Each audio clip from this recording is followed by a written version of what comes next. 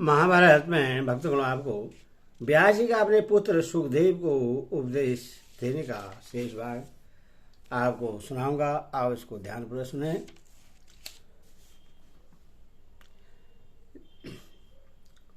जब मृत्यु रूप महाभय उपस्थित होगा तो तुम्हें सब दिशाएं घूमती दिखाई देंगी। बेटा, जब तुम यह शरीर छोड़कर चलने लगोगे तो व्याकुलता के कारण तुम्हारी स्वर्ण शक्ति भी नष्ट हो जाएगी। इसीलिए तुम सुदृढ़ समाधि प्राप्त कर लो। देखो, तुम्हारे देखते देखते वृद्धावस्था तुम्हारे शरीर को जर्जर कर ढालेगी। फिर रोग जिसका सारथी है वह काल भगवान आकर तुम्हारे शरीर को नष्ट कर देगा। इसीलिए इस जीवन के नष्ट होने से पहले ही तुम खूब तपस्या कर लो। इस मनुष्य देह में रहने वाले काम क्रोध आदि भयंकर भेड़िए चारों ओर से तुम पर आक्रमण करेंगे। इसीलिए तुम पुण्य संचय का प्रयत्न कर लो। मरने के समय तुम्हें पहले तो घोर अंधकार दिखाई देगा, फिर पर्वत के शिखर पर सुनहले वृक्ष दिखेंगे। अथवा तुम आत्म कल्याण के लिए शीघ्र ही प्रयत्न करो। ये इंद्रियां जो तुम्हें मित्र के समान जान पड़ती हैं, वास्तव में तुम्हारी शत्रु हैं। ये अपनी दृष्टि मात्र से तुम्हारी बुद्धि को बिगाड़ देगी। इसलिए तुम परम पुरुषार्थ के लिए प्रयत्न करो। जिस धन को न राजा का भय है और न चोर का, तथा जो मरने पर भी साथ नहीं छोड़ता, उसी को प्राप्त करने का तुम उद्योग करो। अपने कर्म द्वारा प्राप्त हुए उस पुण्य रूप धन को परलोक में किसी को बांट कर नहीं देना पड़ता। वहां तो जो जिसकी धरोहर है वह उसी को मिल जाता है।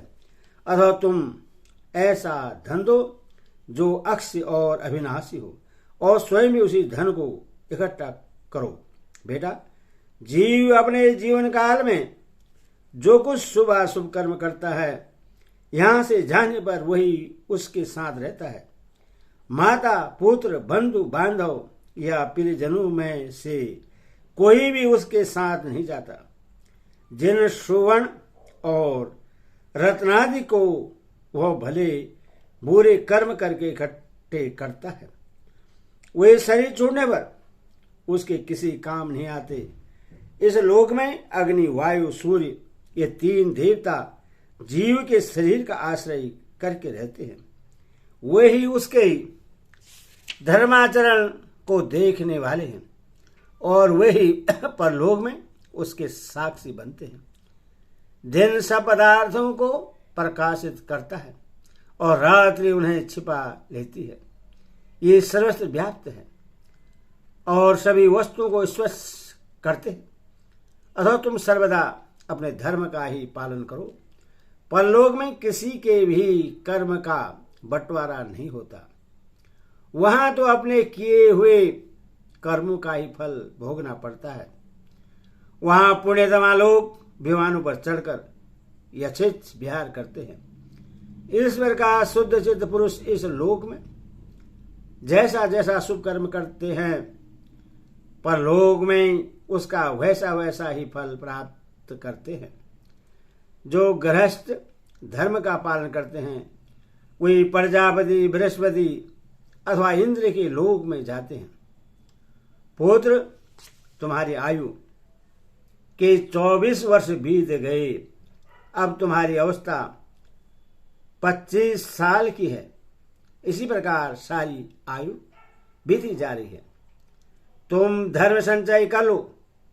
देखो, काल तुम्हारी इंद्रियों की शक्तियों को स्थिर कर रहा है। उसके नष्ट होने से पहले ही तुम धर्मोपार्जन के लिए शीघ्रता करो। जिस समय तुम शरीर छोड़कर जाओगे, उस समय तुम्हारे आगे पीछे भी तुम्हारे सिवा और कोई नहीं होगा।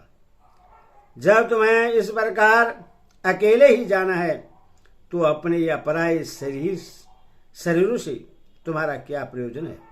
बेटा, मैंने अपने शास्त्र ज्ञान और अनुमान के द्वारा तुम्हें इस समय जो उपदेश दिया है, तुम उसी के अनुसार आचरण करो। जो पुरुष अपने कर्मों द्वारा केवल शरीर का ही पोषण करता है और किसी न किसी फल की आशा से दान देता है, वह तो अज्ञान और मोह जनित गुणों में ही बचता है। किंतु जो शुभ कर्मों का अनुष्ठान करता है वह परम पुरुषार्थ रूप मोक्ष प्राप्त कर लेता है। ईश्वर का कृतज्ञ पुरुष को जो भी उपदेश किया जाता है वही सफल होता है। मनुष्य जो गांव में रहकर वहीं के पदार्थों से प्रेम करने लगता है, यह उससे बांधने वाली रस्सी ही है। पुण्यदान लोग इसे काटकर उत्तम लोगों को प्राप्त होते हैं, किंतु पापियों से यह नहीं कट पाती। बेटा, जब तुम्हें मरना ही है तो इन धन, बंधु और पुत्र आदि से तुम क्या लोगे? अथवा तुम बुद्धि रूप गुहा में छिपे हुए आत्म तत्व का अनुसंधान करो। सोचो तो सही, आज तुम्हारे सारे पूर्वज कहाँ चले गए? जो काम कल करना हो उससे ही आज ही कर लेना चाहिए, और जो दोपहर बाद करना हो उसे सवेरे ही कर डालना चाहिए, क्योंकि मौत यह नहीं देखती कि अभी इसका काम पूरा हुआ है या नहीं। जब मनुष्य मर जाता है तो सब सगे संबंधी और जाति वाले शमशान तक साथ जाकर उससे अग्नि में झोंक कर लौट आते हैं। अब तुम परम तत्व की प्राप्ति के इच्छुक बनो तथा परमार्थ और श्रेयस को त्याग कर नासिक, निर्दय और पाप बुद्धि में स्थिर पुरुषों को बाएं रखो। कभी भूल कर भी उनका साथ मत दो। ईश्वर का जब सारा संसार काल के अधीन है और उसके पंजे में पड़कर दुख भोग रहा है, तो तुम अत्यंत धैर्य धारण कर सब प्रकार धर्म का आचरण करो। जो पुरुष परमात्मा के साक्षात्कार के इस साधन को अच्छी तरह जानता है, वो इस लोक में स्वधर्म का पुण्यता साधन कर परलोक में सुख भोगता है। जो धर्म मार्ग का ठीक ठीक अनुसरण करता है उसे कभी हानि नहीं होती।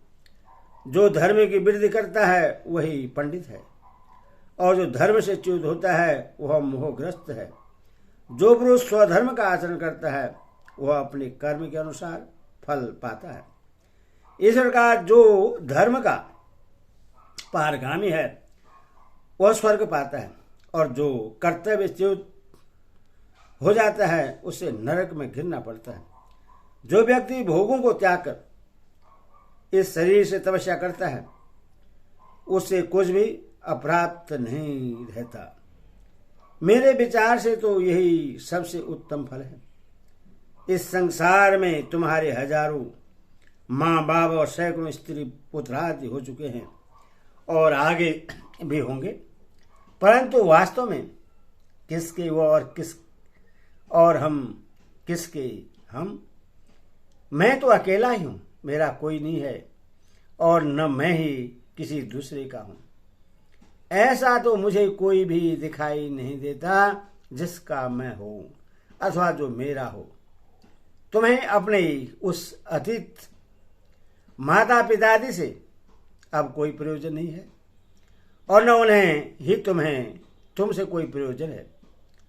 वह अपने कर्मानुसार उत्पन्न हुए थे,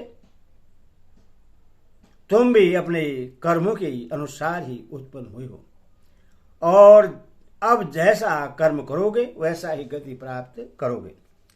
इस लोक में धनी पुरुषों के स्वजन तो स्वजन बने रहते हैं, किंतु दरिद्रों को ही स्वजन तो उन्हें जीवित रहने पर भी छोड़ देते हैं। मनुष्य स्त्री पुत्र आदि के लिए ही पाप बटोरता है, और उनके कारण ही इस लोक और परलोक में दुख भोगता है। अतः बेटा, मैंने तुम्हें जो कुछ उपदेश दिया है उसी के अनुसार तुम आचरण करो। यह लोक कर्म भूमि है, ऐसा समझकर दिव्य लोगों की इच्छा करने वाले पुरुष को शुभ कर्म ही करने चाहिए। यह कालो रसोईया बलात् सब जीवों को पका रहा है। मास और ऋतु इसका कोंचा है। सूर्य अग्नि है और कर्म फल के साक्षी रात दिन ईंधन है। जो धन दान या भोगने के काम न आवे, जो धन दान या भोग के काम न आवे, उससे क्या लाभ। जिस शास्त्र स्वर्ण से धर्माचरण न हो, उससे क्या लाभ। और जो जितेंद्रिय एवं संयमी न हो, उससे जीवात्मा से क्या लाभ। भीष्म जी कहते राजन, व्यास जी के हुए हितकारी वचन सुनकर सुखदेव जी अपने पिता को छोड़कर मोक्ष तत्व उपदेश करने वाले राजा जनक के पास चल दिए। हरि ओम तत्सद। हरि ओम।